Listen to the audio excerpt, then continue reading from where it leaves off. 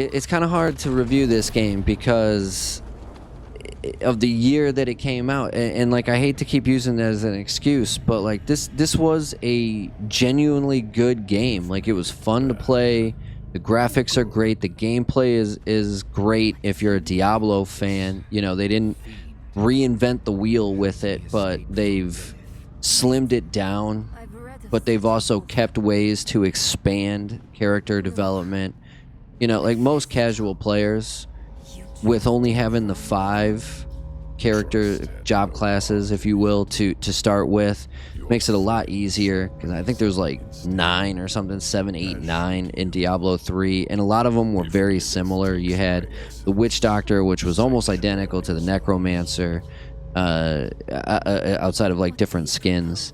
So these characters are very distinct in themselves, and they kind of have like, for example, the Barbarian kind of has a lot of the monk character into him, you know, close combat, fast getaways, but also like slow movements and heavy hits, as like a Paladin, or like even the Barbarian from previous generations. You know, it's more of a tank now than it was before. You have the Rogue, which is kind of the combination hunter and like thief. I can't remember exactly what the dagger guy was from 3, but you know, so you have these like combinations, so it slims it down in the amount of characters that you have to choose from.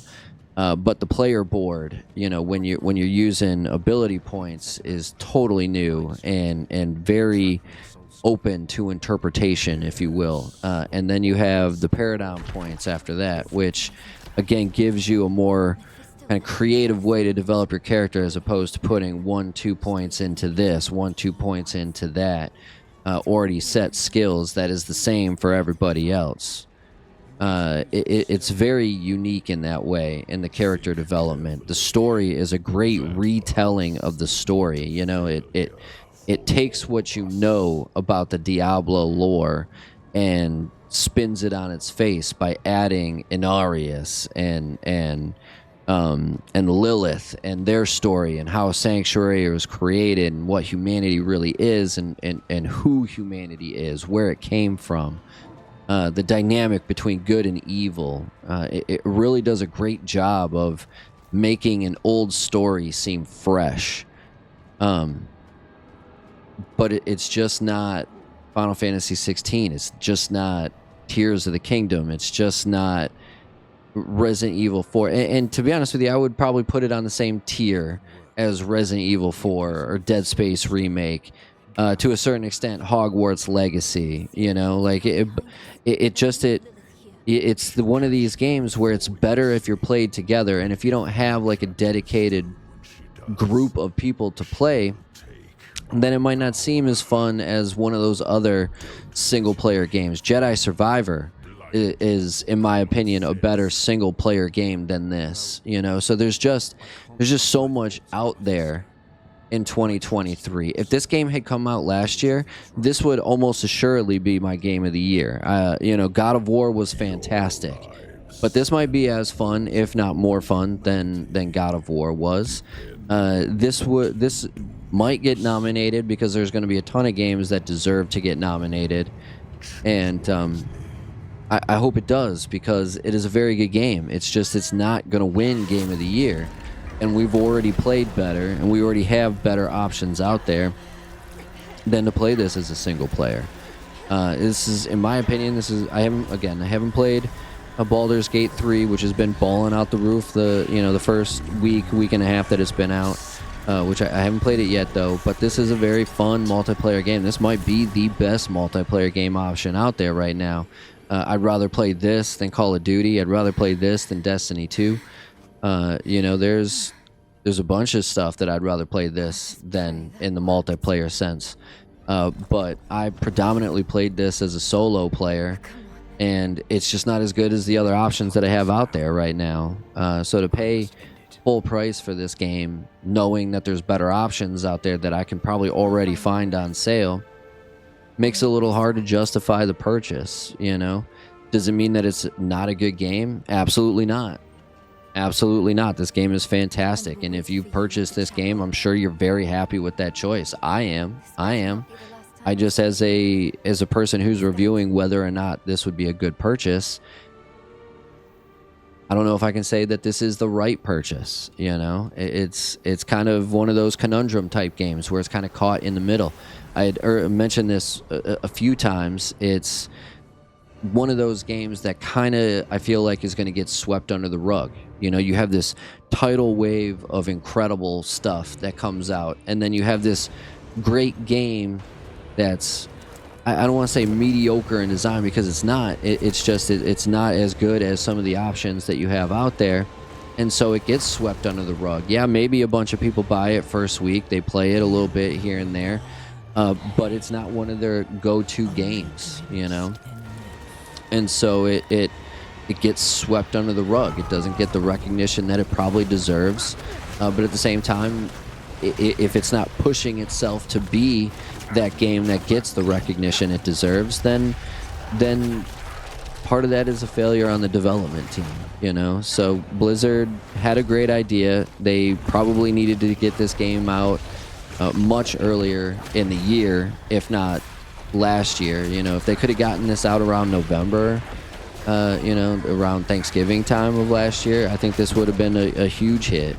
You know, or even in January, maybe comes out and competes with Dead Space. You know, you have a new game versus a remaster, but you haven't had the plethora of stuff that's come out since then. You know, maybe it goes on to be better.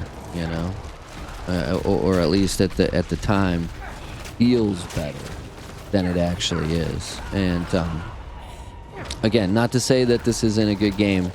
I'm going to give this game, it's hard to give it 2 thumbs up because it's not one of those games that I'm like, definitely got to go out and buy it. But it's at least a 1.5. This was a super fun game, and I'm absolutely glad that I played it. I definitely feel like I got my money's worth from it, because I only bought the standard edition. I didn't buy like a deluxe or an ultimate edition or anything like that. But it's not a game that I would recommend to go out and buy right now if you're looking for a new game.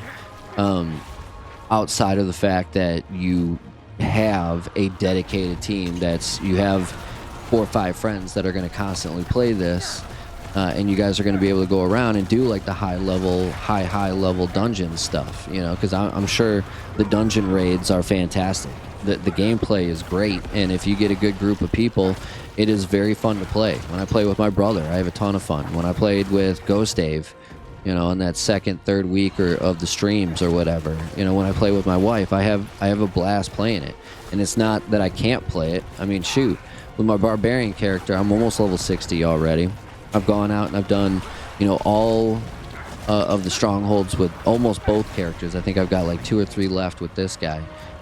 You know, so I've put hours into this game, and I still go out. I've done all the, you know, the character achievements. You know, I've created each individual character to go out and just kill as many people as I need to with specific attacks to open the achievements for every class that there is in the game. But there's not that many classes, you know, so there's only so much you can do. And then you got to kind of rely on the seasonal stuff to kind of take over after that. Whereas you have these other games that are, you know, hundreds of hours into the base game, and you continue where you left off. You know, you're not recreating characters every season.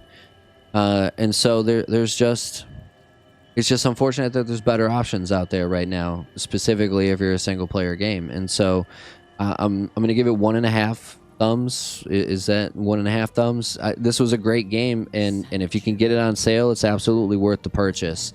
But this is not a game that I would rush out and get right now if you don't have Final Fantasy 16, Tears of the Kingdom. If you don't have PlayStation, if you only have an Xbox, I'd rather play Dead Space. I think is a better purchase right now. I think you can get more out of it.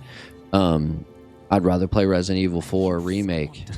You know, like Jedi Survivor would be a more fun, you know, better purchase in my opinion. So 1.5 thumbs up. Good stuff. Just unfortunate timing on release, I think. And I know I keep coming back to that.